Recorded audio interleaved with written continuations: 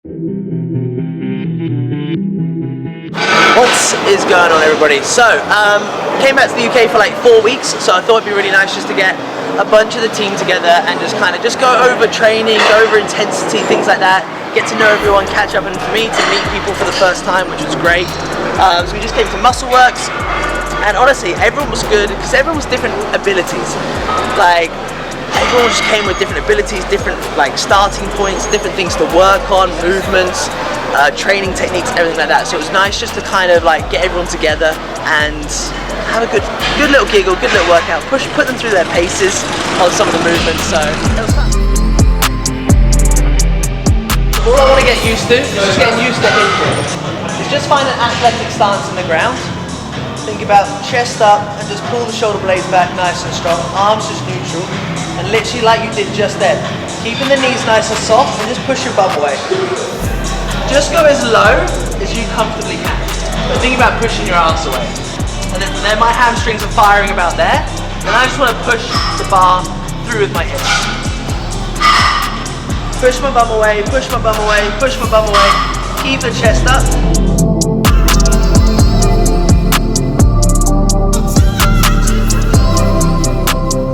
Just wherever they feel comfortable. And all I want to do is drop my butt down, chest high, and then there's a little click in the bar. If you listen carefully, I want to get that click. So it's going to be click. That means it's real tight, the bar from there. So I've got the weight already.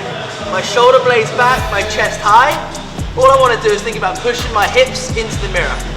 So there's going to be that click, hips going to the mirror. And then from that position there, it's literally what you just practiced.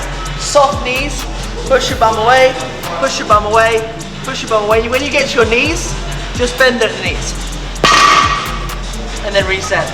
Chest up, click the bar, hips, push the bum, push the bum, push the bum, knees, break.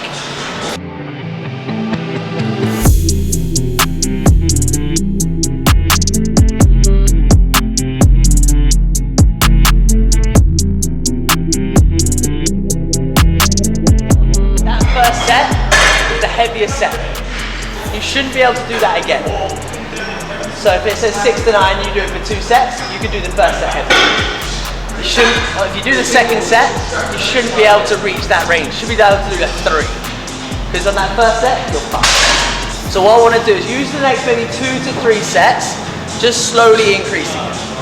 And then you can start to gauge, because if you do 2 reps and you're like, it's not bad, sort of thing, then you can think, okay, it can go heavier. Because all you want to do is like 6 to 9. So I just want to slowly start to build up.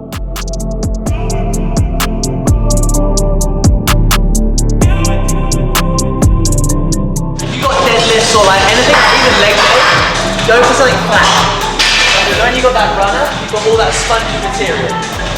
So it's kind of like, you can't get stabilization. Or just take your shoes off and go like with socks on. So you want to be able to like get really tight to the ground and have that flat surface.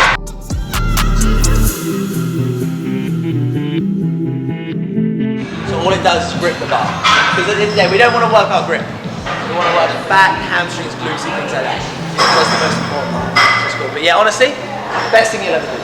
Honestly. Because anything we pull, so you know when you're doing like lat work or you're doing seated rows, anything like that, I use that for it. Because like my grip is shit. So I'm like, it's gonna give up. So definitely like start playing around with them.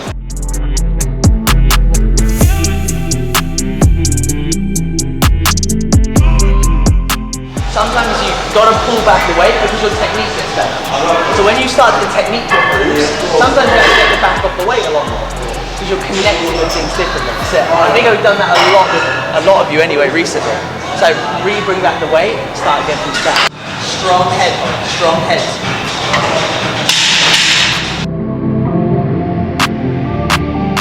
2 there, tighten up. Good. Big breath. Easy. Good. Stay with it, stay with it. Keep working. So she had more. 100%. She had one or two more in the tank. But it's good though, because that's kind of that building up. So technically that was 90 per her. She knows that you pulled 90. Take your max. 90, cool. Do you remember how many reps you did last time? 6, cool. Also, she could go heavier, because the rep range that we got for the start was 6 to 9. So I'm like, cool, she could do 92. Maybe she might do 6 reps. So a lot of the time, I think the biggest thing to always remember is that when it's big movements, they're not always going to be pretty. They're not supposed to be perfect or pretty and things like that. When it's pulling things off the ground, it's like, as long as your spine's not going to snap in half, like you're generally okay.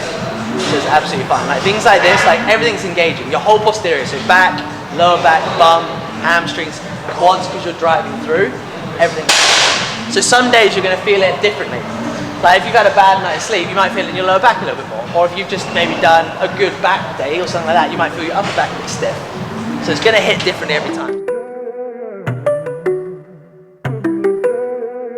Taller guys might feel like you have to move your feet higher, sit, vice versa.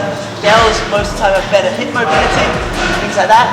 So just remember that foot positioning all down to again, it depends on the day as well. Like some days you just feel tight. So you might want to go wider or it might take longer to warm up and things like that. So what with this one, the nice thing about this machine is that that top panel moves with you.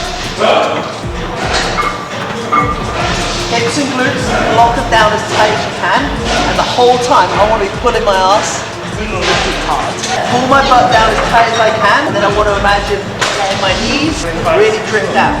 Knees come out, all my weight into the heels, come as low as I comfortably can, keep my butt down into the seat. So for me, it's about there. To the top, I'm not going to go locking out. I want to keep the constant tension down. Good. When it gets hard, control it even more. Oh, good. Let's go. Good. 5 more. Come on, bud. No lockout at the top. Ready? 1. Good. 2. Good. Stay tight in that seat. 3. Good. Oh, mate, you've got more than 5. Come on, let's go. We're going to take it all like good. Good. Give me 5 more reps, 5 more reps. No rest on these, ready? Good. All your weight on those heels. Good. 3, good. 2 more, 2 more.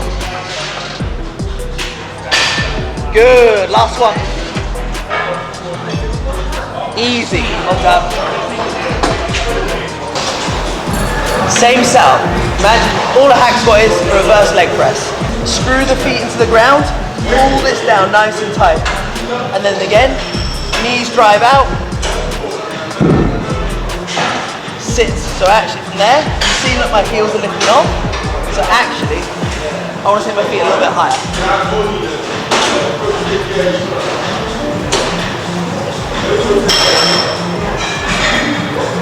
Keep your hips right tight down at the bottom of the foot. So just make sure the hips don't lift off. So tight into that position there.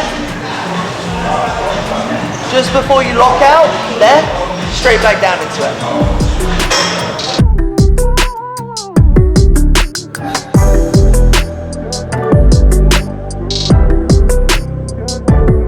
Gone way past that rep range, but we're going all the way. This is a failure set. This is easy, this is easy. 5 reps. Go. Lock in. Big breath. Stay with it, stay with it, stay with it. 3. Good. Now we work, now we work. Last one, last one. Good, well done. But that's the thing, so it goes to show how many you can actually get. How heavy it can be.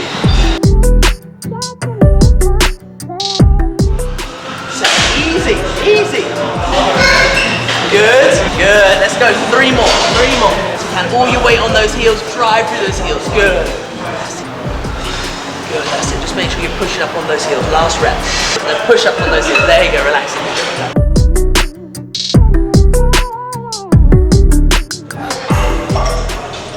Fight it. Good. There's 2 there. There's 2 there. Good. There. Well done. Good.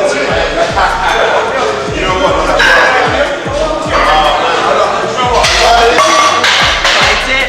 Fight it. Going 1 more. Going 1 more.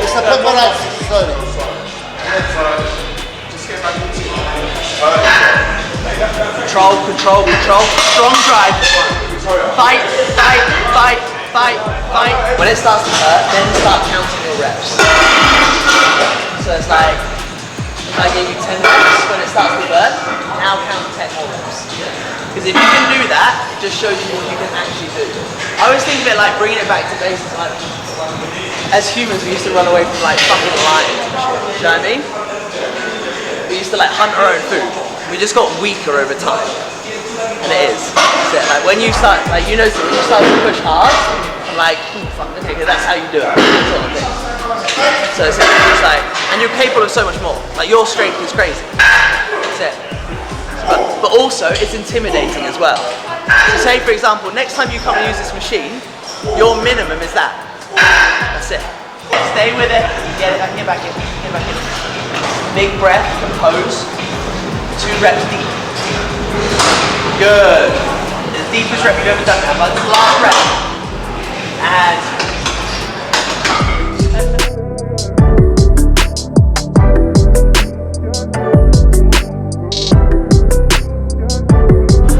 There you go. 6 good. Strong mind. Strong mind.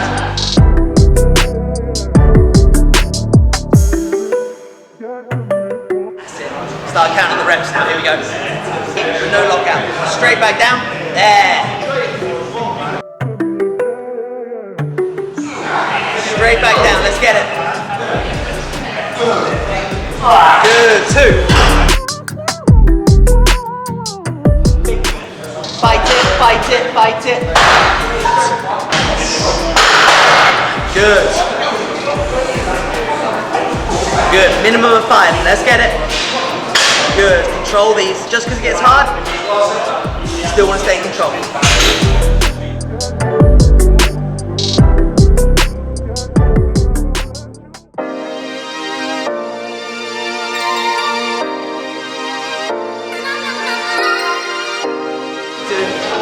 Get a strong base to start off with.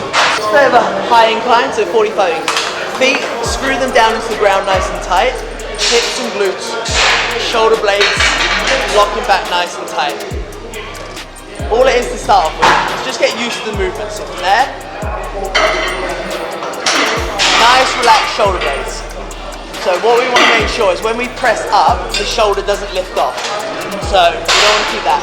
So make sure the chest stays proud and think about just pinching a nut between your shoulder blades the whole time. Nice and smooth. Keep a nice box at the bottom. So imagine kind of like your wrist sits over your elbow joint. So there's a strong box at the bottom. And then from that point, strong stretch in the chest, and then you think about pushing the elbows together. Strong box. Strong box. Chest stretches. Elbows lead the movement. So think about elbows stretching and then driving together.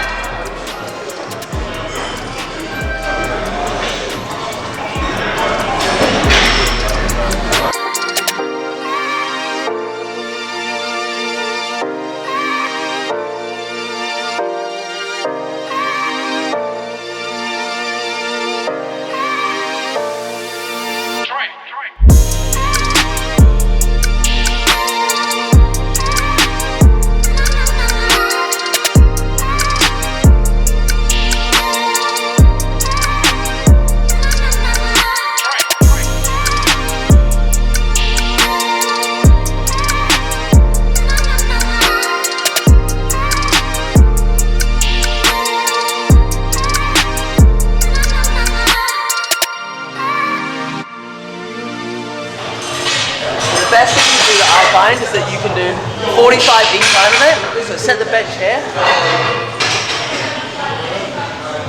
And then I find right leg forward, rowing on the right. So be there. So then all the weight is on that leg. You don't have to do anything here. Because if it's here, it's kind of like that. If I get my weight over there, it's a lot smoother. So it's that hips, keep them facing forward. And then all I want to think about is driving the elbow into my hips and then wrapping it around the spine. So from there, try and wrap the elbow around the spine. Stretch it out, but making sure that on that stretch I'm not disconnecting sort of thing. So keep it just there. Chest up, elbow into the hip.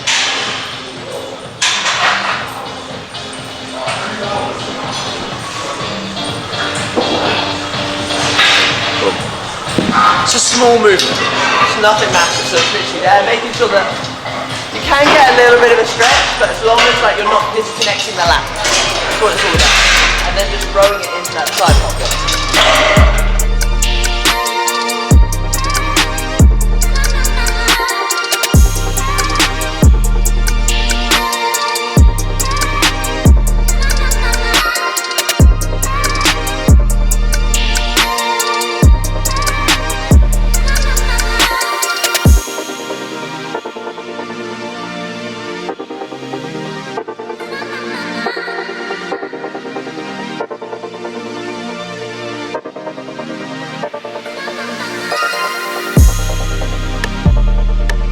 Take it as light as you can, generally. So it's from there. All I want to do is imagine like pouring a drink. So you know when you pour a drink, pinky high, thumb down. And all it's going to do is fire into that section a little bit more. But I want to keep my elbow at the highest point. The elbow is a bit lower there. So from that point there, elbow, almost like twist them out at that point. Nice relaxed neck and shoulders. Elbow, I just want to pull through to the sky. A little bit too heavy to start.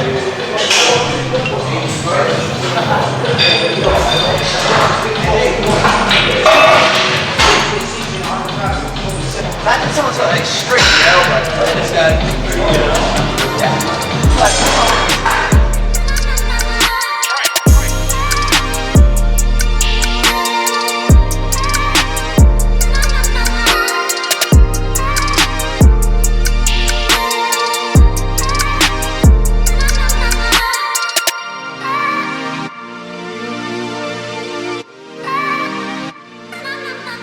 What we want to do is really like get to the back of that shoulder point there.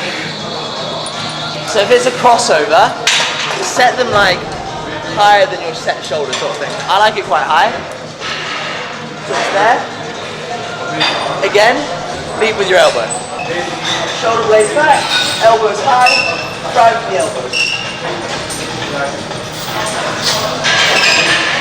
Get the stretch at the top, just make sure at the top it's not rolling forward. So keep it back.